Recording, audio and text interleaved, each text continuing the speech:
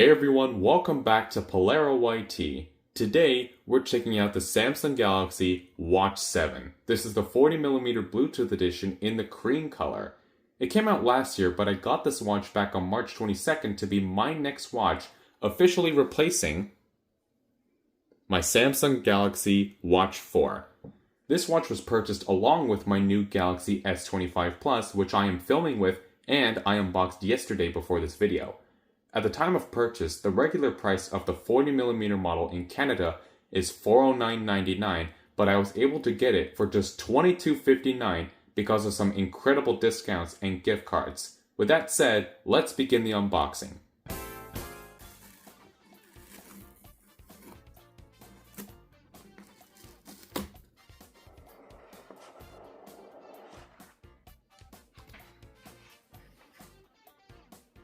Nice! So here it is, the Galaxy Watch 7. It has a 1.3-inch Super AMOLED display, which is ever so slightly larger than the 1.2-inch display on my Galaxy Watch 4.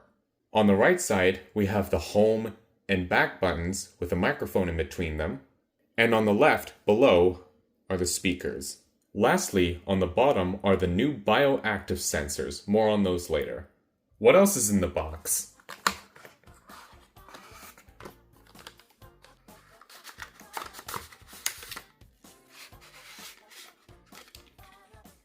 We have the charging cable here, which is interestingly USB Type-C. And on the other side, it looks like we have the quick start guide.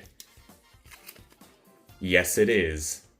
Alright, so that was a pretty simple unboxing. So I'm going to charge this watch first, apply the screen protector, and then we'll begin the setup process.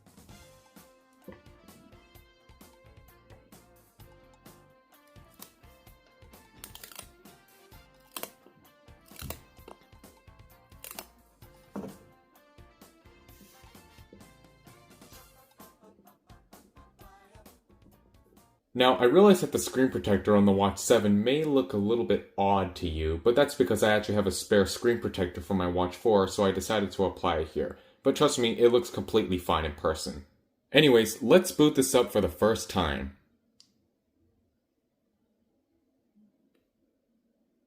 Samsung Galaxy, secured by Knox. Welcome! Ooh, I like that effect. Galaxy Watch 7. Okay, you'll see a pop-up on your phone to help you connect. If you don't see it, try connecting it in your phone's Galaxy Wearable app or Bluetooth settings. Alright, so it's asking me to open the Galaxy Wearable app on my phone, so I'm going to do that now.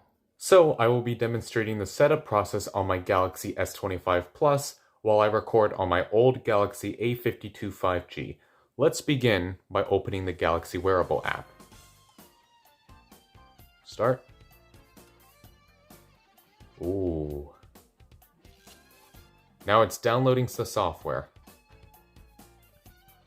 Getting ready to connect. Ooh, there's that really cool snow globe effect.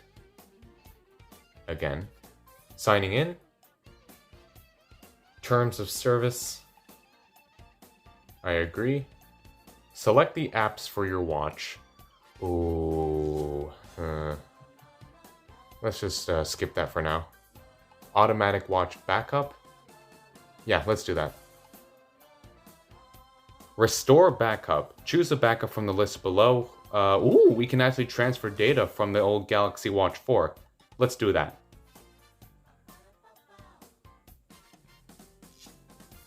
Alright, here we go.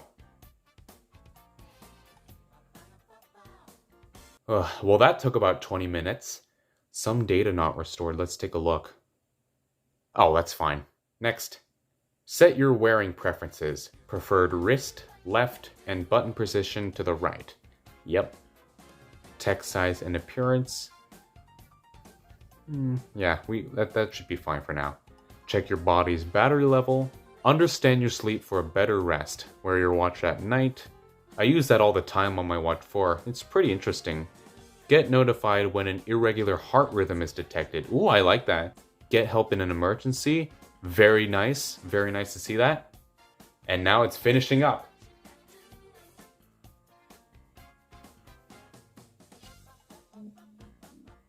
All set. Let's go. Polara Watch7.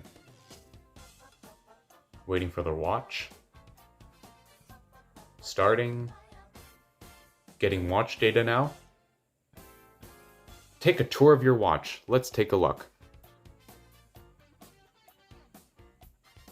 Swipe down from the top to open the quick panel. Like that. Swipe up to go back to the watch face. Finding your apps. Next. For apps, swipe up from the bottom edge. Swipe down to go back to the watch face. Checking notifications. Next. For notifications, swipe right. Tap to open this notification. Swipe right from the edge to go back to the previous screen. Swipe left to go back to the watch face. There we go. Ooh, about tiles. Let's take a look. Swipe left for tiles which show useful info from apps. Press the home key to go back to the watch face from any screen. That's it. Enjoy your watch. Oh, don't miss a thing. The orange dot indicates new notifications. Right. Oh, wow. That's a lot of thing.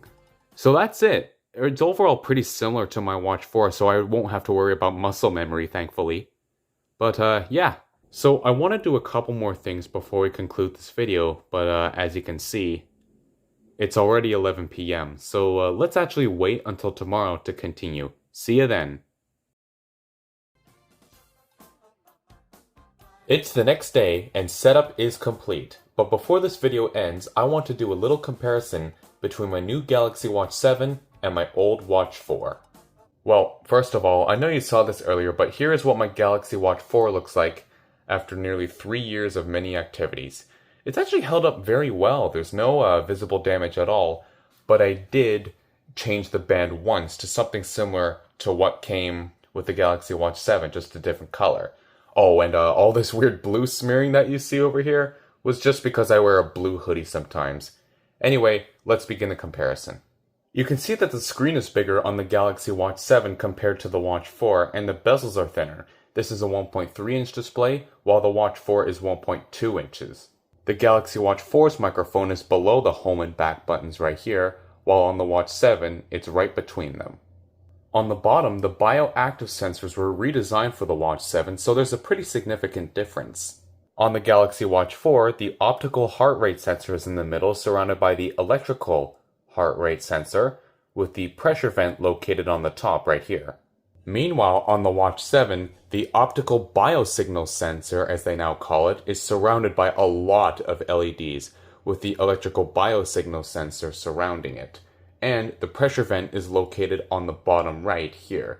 There is also a new infrared temperature sensor on the left. Samsung says there are 13 LEDs on this new Galaxy Watch 7 to deliver some more accurate tracking. With this redesign, you can actually see that the shape has changed.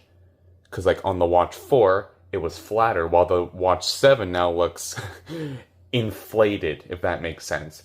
But unfortunately, this took away the ability to charge wirelessly on the back of your phone, which is a bit disappointing, but I'm still excited to see how the new sensors will deliver more accuracy when I get into day-to-day use. But that's about it for the comparison. Everything else seems to be pretty similar to each other, until you look at the sensors.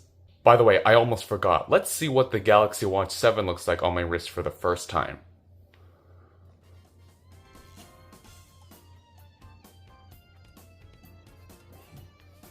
Very nice. So what's next for my Galaxy Watch 4?